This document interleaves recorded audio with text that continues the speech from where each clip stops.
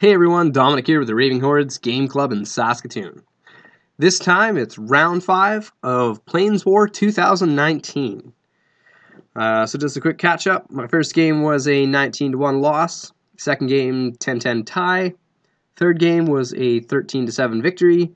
And the fourth game was a 16-4 victory, I believe.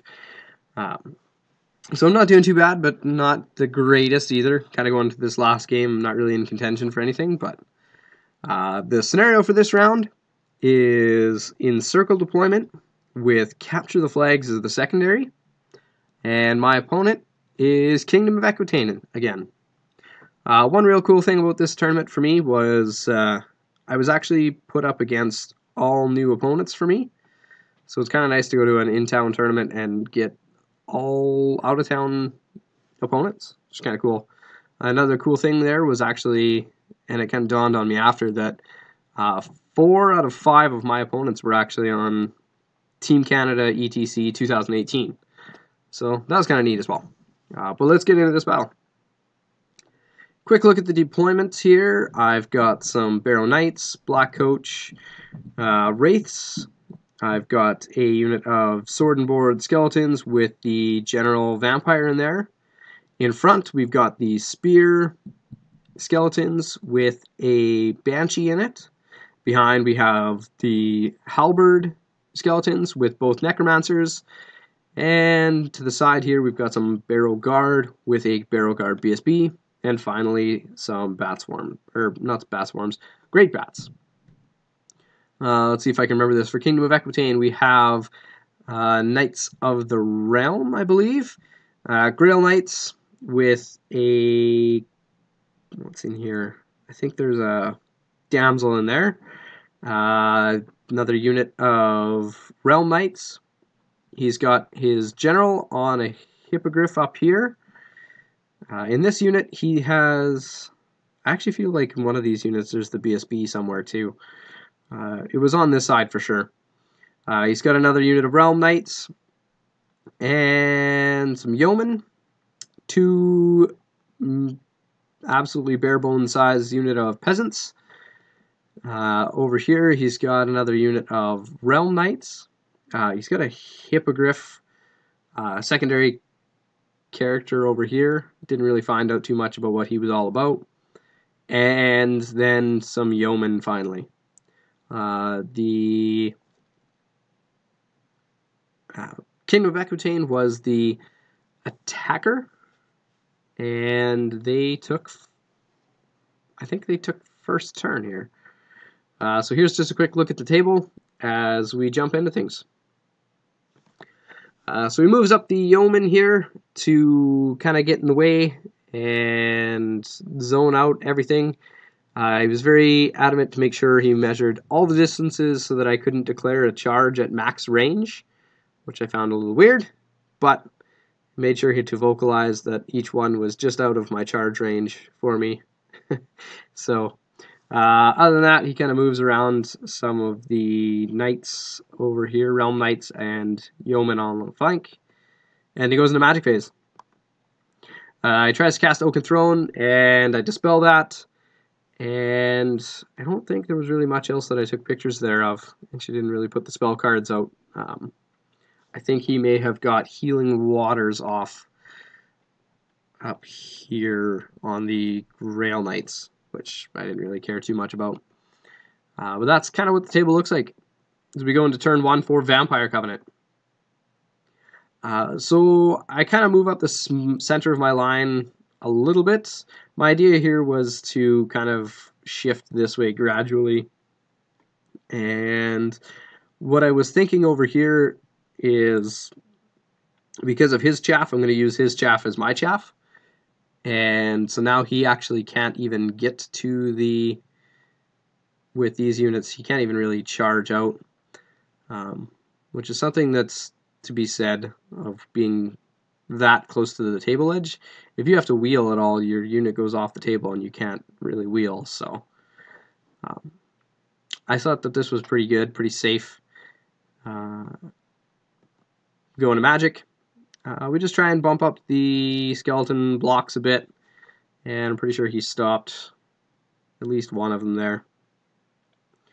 And that's the table looks like. As we go into turn 2, Kingdom of Equitaine. So because these yeomen are facing this way, he declares a charge into the wraiths here, and his Hippogriff General also declares a charge over here. So they both make it in. It looks like that. That giant conga line chaffs up his back units because now he can't really move anywhere. There was a little bit of other movement up there. Again, the one flank, he's just shifting around. Those, I think he actually came forward with the one unit of Realm Knights that was like right close to the table edge. And they came up to back here. We go into Magic. He gets off, what is that? The Hereditary, I think, on his general. The reroll ones is to hit and to wound. Stop Oaken Throne, and he may have got another spell off that didn't really make too big of a difference. There's not really anything for shooting. I think he took some pot shots over here. As you can see, those are his other moves. The Hippogriff, the secondary Hippogriff is moving up as well on the flank now. And his peasants are slowly going across the table. They don't really have a need to get over there. Yeah, that's kind of how things look. This combat, his lord goes and wipes out the wraiths. He had his attacks plus the breath weapon item, I believe it was. Either way, everything goes off, kills him before I get to swing. He wanted to overrun here, but this guy, when you put the laser light, actually goes past this unit's edge. It hits like their movement tray. So instead he sits there and sort of pivots on the spot very, very slightly. The yeomen go for an overrun, and they make it up just in front of the dart coach. That's what the table looks like as we go into turn 2 for Vampire Covenant. So the Barrow Knights over here declared charge against his Knights of the Realm, and that was pretty much it for charges. To get out of this situation, I wasn't entirely certain what I wanted to do. I knew I didn't want to deal with that guy probably with the Dark Coach, but I was feeling okay, I suppose, if the Grail Knights wanted to charge over here. I move up the General over here as well to get right into range of blocking this kind of stuff and just ignore the chaff. I put my chaff in front of his yeoman over here and kind of block so that his secondary Hippogriff can't actually fit on the flank charge of those Barrow Guard. We go into Magic. We bump up the ranks of the skeletons and some the 6-inch auras there. And one other thing in the movement phase, it's kind of hard to see with this table. I actually moved the Banshee out of this unit and got into range of Screaming, and then I also cast a Breath of Corruption on her. We do that, we knock off 2 Grail Knights, which isn't too bad. We go over here, and I whiff entirely. He actually causes a single wound to me, and it was a draw. I had a charge and a banner. He did a wound in a banner, and that was it. Or a wound in a rank. He had no banner. So a wound in a rank, and it's a draw, and we just sit there. I reform like so.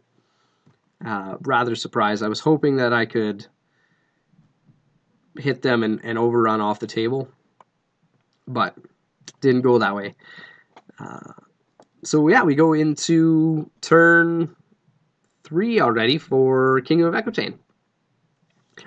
So the Grail Knights declared the charge against the Banshee. The 1 unit of Pilgrims or Peasants goes into the Spears, and his Grail Knights declare charge against the Barrow Knights over here. I think that was it for charges. Nope, there was also the Yeoman over here. These all make it in. He moves up the 2nd unit of Peasants to get in front of my Barrow Guard, and he goes into Magic. I believe he got the hereditary spell off of these guys. Tried to cast Oaken Throne, I stopped it.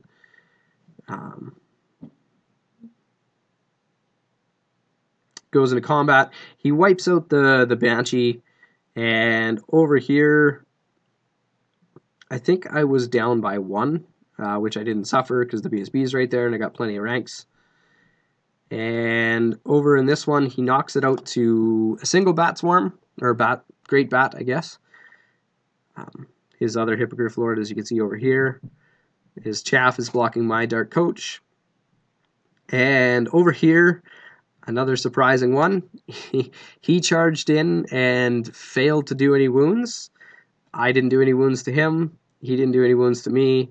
So he had a charge and 3 banners and a rank or something like that. I may have then even a wound. Either way, I was down and I lost, I think, 3 more knights to crumble on that one. So, yeah, that's kind of what the table looks like as we go into Vampire Covenant, turn 3. So over here, I think I did the Dark Coach went into his chaff, and the Barrow Guard went into his peasants up the front. Other than that, these guys reformed on the spot to face this Hippogriff over here. And both the characters, the Necromancers, actually they left this unit first, they went into this unit, then this unit reformed, and the other thing I did is my general actually popped out and flew over here. He's got the Flying Horror upgrade, so I parked him right in front of this unit of Grail Knights, which he was kind of shocked to see me do, and I was hoping it wouldn't bite me. So, yeah, that's what the table looks like. Everything is pretty much engaged on my front. We go into Magic, and we tried to get some Arises off, and I think I got 1 off on some Skeletons, which didn't matter. I was out of range over here, which is the one I really wanted to do. So yeah, we go into the combat phase. I did the Coach first. Easily kills those Yeomen and overruns to right here. And up here, it was a big whiff again. We both did no wounds to each other, but with his rank and banner, I was down, I think, and lost the last remaining guys there. So,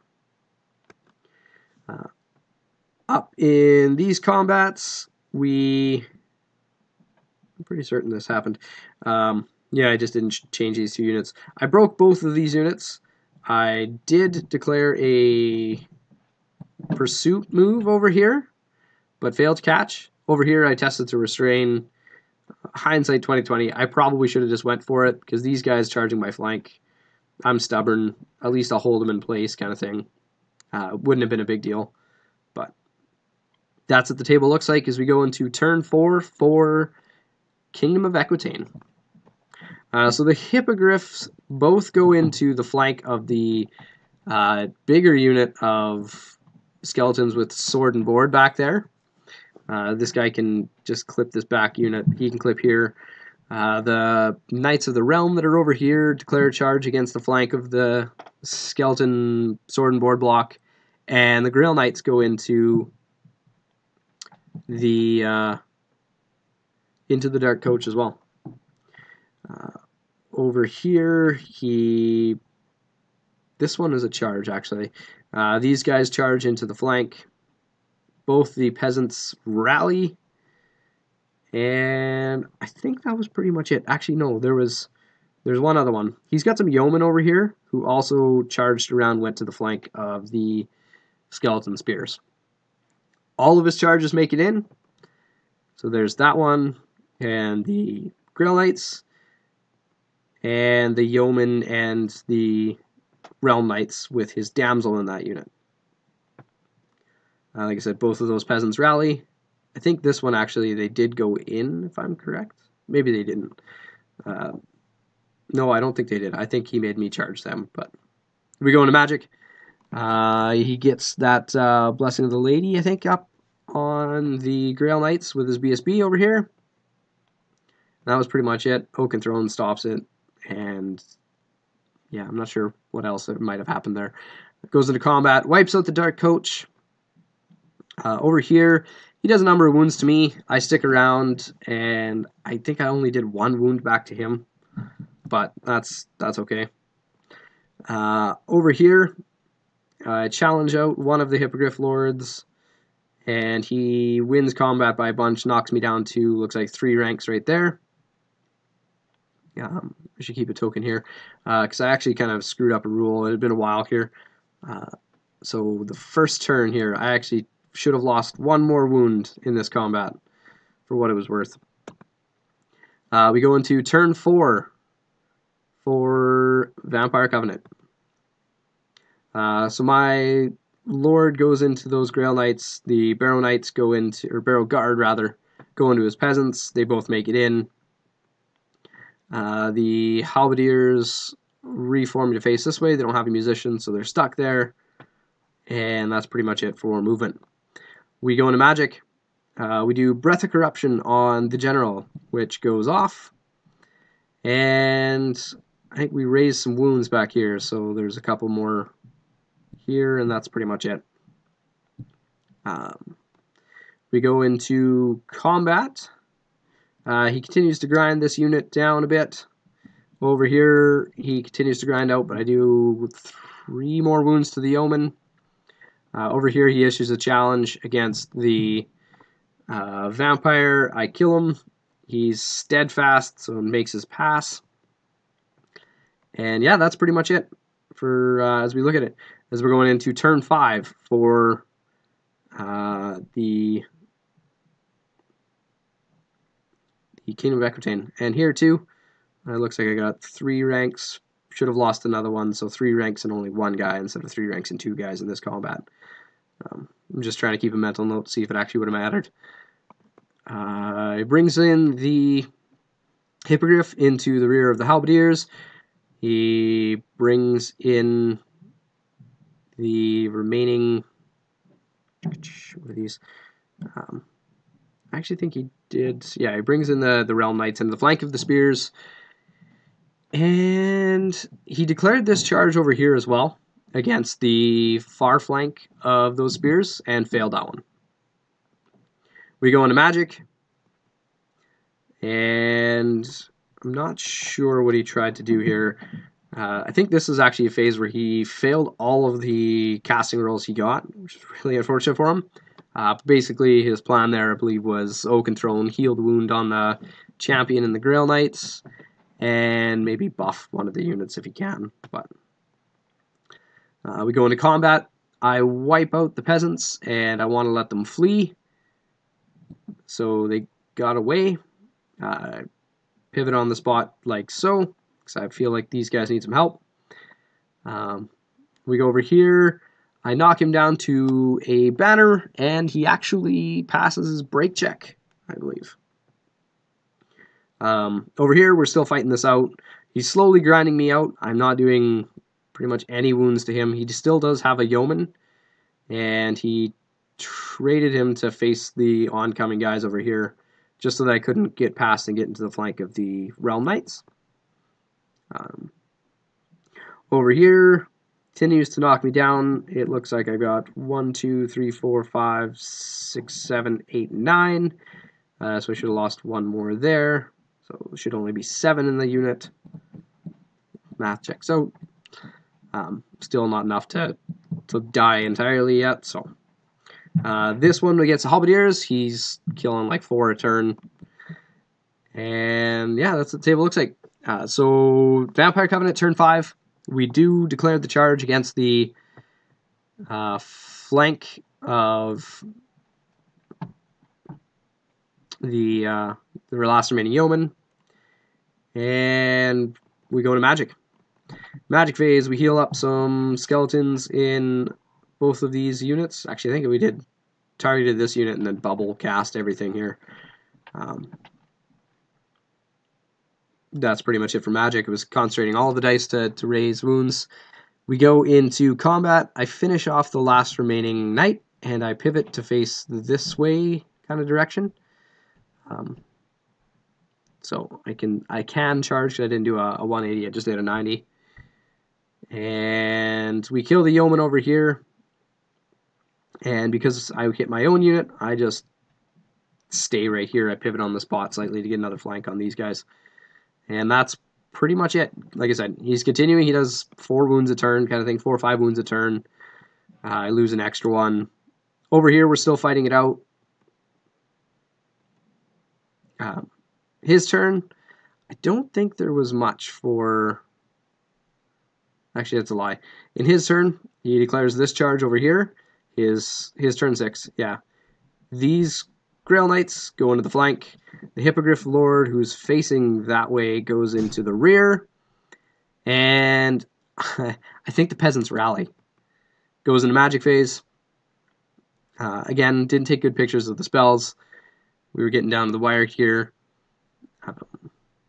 But I think he buffed his Hippogriff Lord here.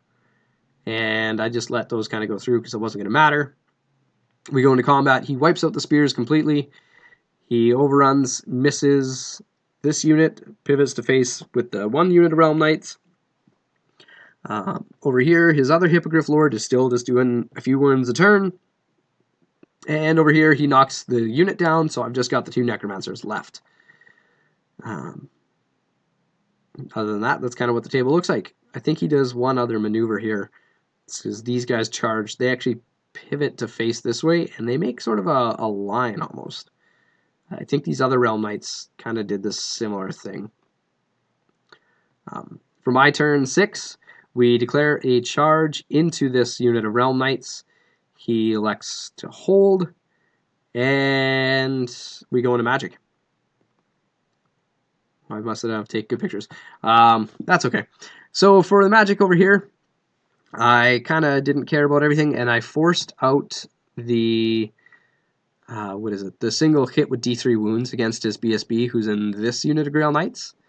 And it went off, and I luckily got past his ward and sniped the BSB on turn 6, which is pretty hilarious.